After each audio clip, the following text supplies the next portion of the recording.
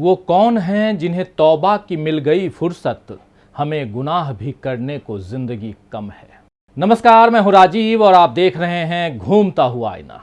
तो भाजपा के स्टार प्रचारक नरेंद्र मोदी इन दिनों पश्चिम बंगाल में घूम घूम कर रैलियां कर रहे हैं और रैलियों में बढ़ती लोगों की संख्या देखकर उनकी 56 इंच की छाती कुछ और चौड़ी हो रही है।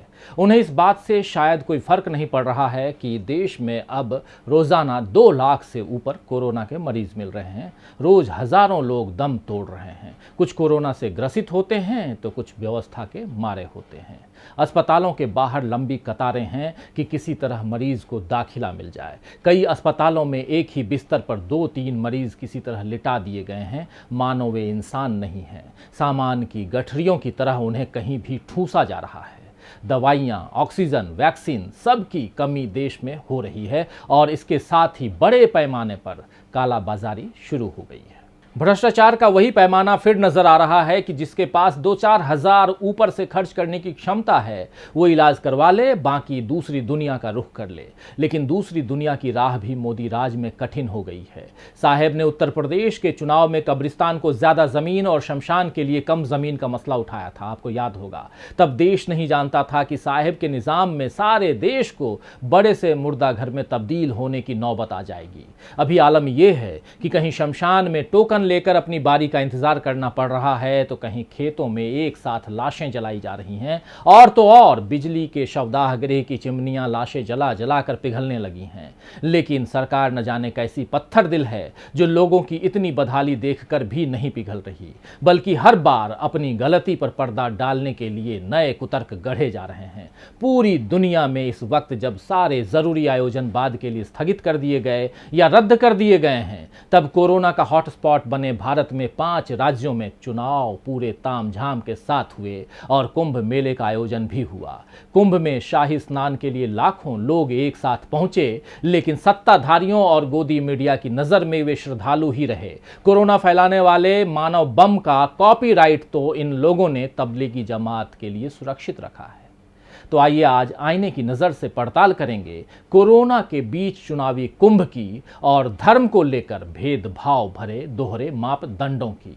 लेकिन उससे पहले देखते हैं प्रधानमंत्री नरेंद्र मोदी का शनिवार को किया हुआ ये ट्वीट। आचार्य महामंडलेश्वर पूज्य स्वामी अवधेशानंद गिरी जी से आज फोन पर बात की। सभी संतों के स्वास्थ्य का हाल जाना। सभी संतगण प्रशासन को हर प्रकार का सहयोग कर रहे हैं। मैंने इसके लिए संत जगत का आभार व्यक्त किया। मैंने प्रार्थना की है कि 2 शाही स्नान हो चुके हैं और अब कुंभ को कोरोना के संकट के चलते प्रतीकात्मक ही रखा जाए। इससे इस संकट से लड़ाई को एक ताकत मिलेगी। तो मोदी जी के इस ट्वीट को देखकर यही कहा जा सकता है कि बड़ी देर कर दी मेहरबां आते आते। जी हां, जिस कुंभ को अब प्रतीकात्मक रखने की बात प्रधानमंत्री नरेंद्र मोदी ने की है, लेकिन क्या बिगड़ जाता अगर वो पहले इसकी अपील कर देते। 2 शाही स्नान तक चुप होकर तमाशा उन्होंने क्यों देखा? क्या वो कुंभ पर कुछ कहकर अपनी हिंदू हृदय सम्राट वाली छवि को बिगाड़ना नहीं चाहते थे?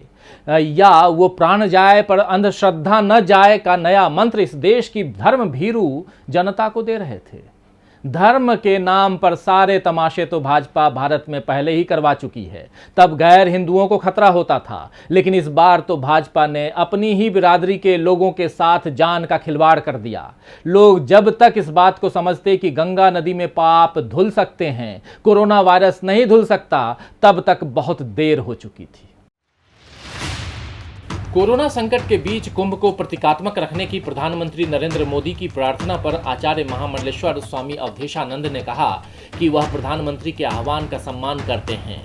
इसके साथ ही उन्होंने लोगों से आग्रह किया कि कोरोना के हालात के मद्देनजर लोग भारी संख्या में कुंभ में स्नान नहीं करने आए। स्वामी जी की इस अपील का कितना मान श्रद्धालु रखते हैं इसका पता कुछ दिनों में चल जाएगा। लेकिन इस बीच हरिद्वार कुंभ के कारण जो हालात बिगड़े हैं उन पर भी ध्यान देना जरूरी है। 14 अप्रैल को हुए शाही स्नान के बाद तो कोरोना का इस धर्म नगरी में विस्फोट ही हो गया। 15 अप्रैल को श्री पंच निर्वाणी अखाड़े के महामंडलेश्वर कपिल देव दास की कोरोना से मौत की खबर आई। अखाड़ा परिषद के अध्यक्ष नरेंद्र गिरी महाराज पहले ही कोरोना से संक्रमित हो गए थे और शाही स्नान में शामिल भी नहीं हो पाए थे। इसके अलावा अब तक 49 संत कोरोना से संक्रमित पाए गए हैं। मेला प्रशासन कुंभ मेला क्षेत्र में रोज 50,000 से ज्यादा कोविड टेस्ट करने का दावा कर रहा है, लेकिन स्वास्थ्य विभाग की ओर से हाई कोर्ट में पेश प्रार्थना पत्र में कहा गया है कि राज्य की क्षमता 25,000 टेस्ट प्रतिदिन की ही है, यानी आधे से अधिक टेस्ट किस तरह हुए, इस पर सवालिया निशान लगा है। इधर महामंडलेश्वर की मौत के बाद स्वास्थ्य विभाग ने अखाड़ों की छावनियों में रैंडम कोविड सैंपलिंग के लिए टीमें गठित की। जूना अखाड़े में 200 संतों के स्वैब सैंपल लिए गए। इससे पहले स्वास्थ्य विभाग ने अखाड़ों की छावनी में जाकर रैंडम चेकिंग नहीं की थी, शायद इस वजह से संक्रमितों की संख्या बढ़ी।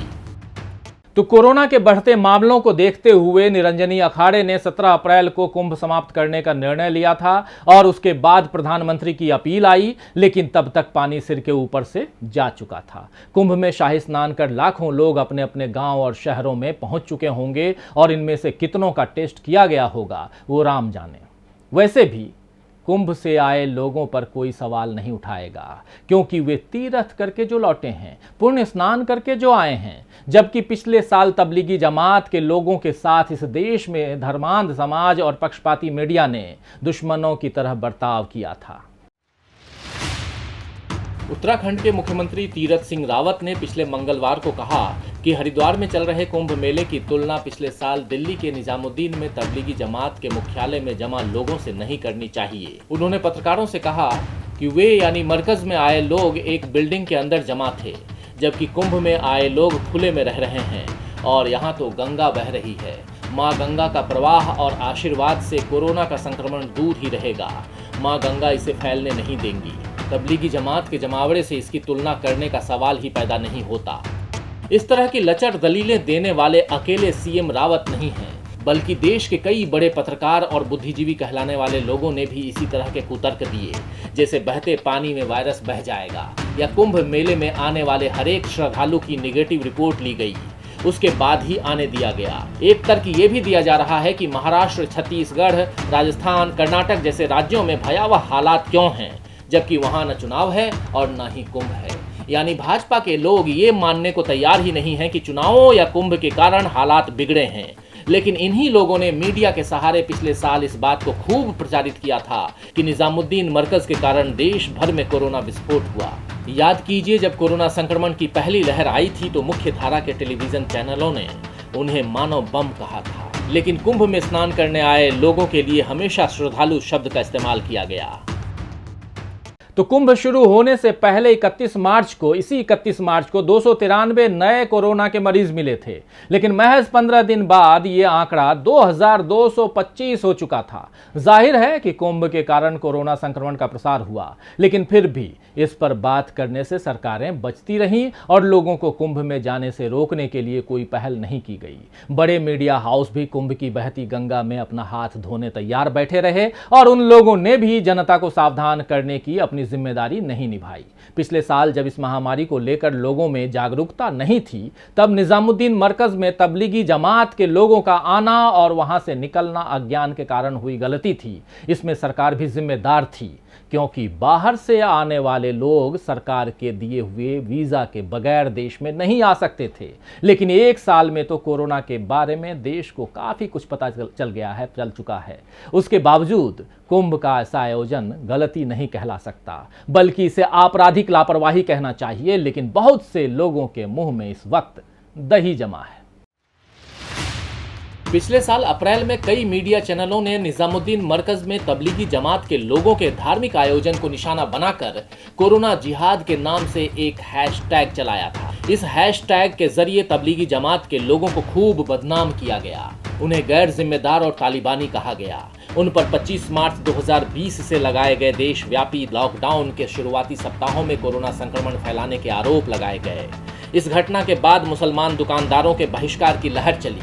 मुसलमानों के खिलाफ हेट स्पीच की बाढ़ आ गई और मुख्य धारा के ज्यादातर टेलीविजन मीडिया ने निजामुद्दीन मरकज में शामिल हुए लोगों को कड़ी सजा देने की अपील की। 25 मार्च 2020 के आसपास जब देश में हर दिन कोरोना के 250 मामले आ रहे थे, तो बीजेपी आईटी सेल के प्रमुख अमित मालवीय ने कहा था कि निजामुद्दीन में तबलीगियों का जुटना अपराध है।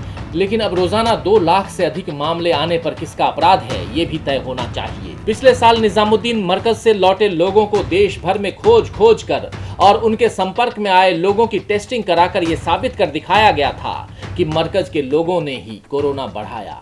क्या यही रवैया कुंभ आ रहे या लौट रहे लोगों के साथ किया जा सकता है? याद कीजिए 13 अप्रैल 2020 को दिल्ली सरकार का हेल्थ बुलेटिन बता रहा था कि बीते 24 घंटों में 356 नए मामलों में 325 का संबंध निजामुद्दीन मरकज से है। कुल 1510 मामलों में 1071 मामले तबलीगी जमात से जुड़े हुए हैं। क्या आज इस तरह का कोई बुलेटिन उत्तराखंड या केंद्र सरकार जारी कर सकती है जिसमें वो ये बताए कि कुंभ से लौटे लोगों के कारण कोरोना मरीजों की संख्या कितनी बढ़ी है? 14 अप्रैल को भाजपा आईटी सेल के चीफ अमित मालवीय ने एक ट्वीट किया जिसमें उन्होंने कहा कि पिछले 24 घंटे में दिल्ली में कोरोना के 13,468 केस आए हैं। ये मुंबई के 7,873 मामलों से लगभग दोगुने हैं। दिल्ली में कोई चुनाव नहीं है, कुंभ भी नहीं है। ये सब सिर्फ दिल्ली में एक नाकाबिल मुख्यमंत्री अरविंद केजरीवाल के रहने की वजह से हो रहा है, लेकिन वह अखबारों में खूब विज्ञापन दे रहे हैं। अमित मालवीय का ये ट्वीट एक तरह से यही तर्क दे रहा है कि जहां कुंभ या चुनाव नहीं है वहां भी कोरोना हो रहा है, यानी कुंभ और चुनाव दोनों को वे जायज ठहरा रहे हैं। अगर दिल्ली में आपकी जगह यानी आम आदमी पार्टी की जगह भाजपा की सरकार होती तो शायद अमित मालवीय कोरोना के आंकड़ों के साथ ट्वीट नहीं करते, न ही वो इस तरह का ट्वीट करते जिससे पता चलता कि कुंभ और चुनावों के कारण कोरोना कितना फैला है। अमित मालवीय के ट्वीट से जिस दोहरे मापदंड का पता चल रहा है वो इस सरकार का ट्रेडमार्क है और इस दोहरे मापदंड का शिकार मासूम जनता को होना पड़ रहा है। अस्पतालों के बाहर मरीज और उनके परिजन टकटकी लगाए बैठे हैं कि किसी तरह बिस्तर खाली हो और उन्हें भर्ती किया जाए। टेस्टिंग सेंटर के टेलीफोन लगातार बज रहे हैं। उसके बाद भी मरीजों को कोरोना है या नहीं ये पता लगाने के लिए 4-5 दिन इंतजार करना पड़ रहा है। शमशान घाटों और कब्रिस्तानों में इतनी लाशें एक साथ नहीं पहुंची जैसी अब स्थिति है। हिंदुस्तान ने गुलामी से लेकर युद्ध और अकाल से लेकर आपातकाल तक कई तरह के संकट भुगते हैं, लेकिन जनता की इच्छा शक्ति और कुशल राजनीतिक नेतृत्व के कारण देश इन संकटों का सामना करते हुए आगे बढ़ा। मगर अब तो राजनीतिक नेतृत्व की सारी इच्छा शक्ति चुनाव जीतने तक ही नजर आती है। केरल, तमिलनाडु, पुदुचेरी और असम में तो चुनाव खत्म हो गए, लेकिन पश्चिम बंगाल में अब भी चल रहे हैं और इसके साथ ही रैलियों और रोड शो का भी दौर चल रहा है। कोरोना से लड़ने की सरकार की कथनी और करनी में कितना अंतर है ये पश्चिम बंगाल के हालात देखकर समझ आता है। एक तरफ प्रधानमंत्री मुख्यमंत्रियों के साथ आपदा बैठक करते हैं, दूसरी तरफ इस आपदा में सत्ता के अवसर तलाशने के लिए रैलियां करते हैं जिनमें हजारों लोग शिरकत करते हैं।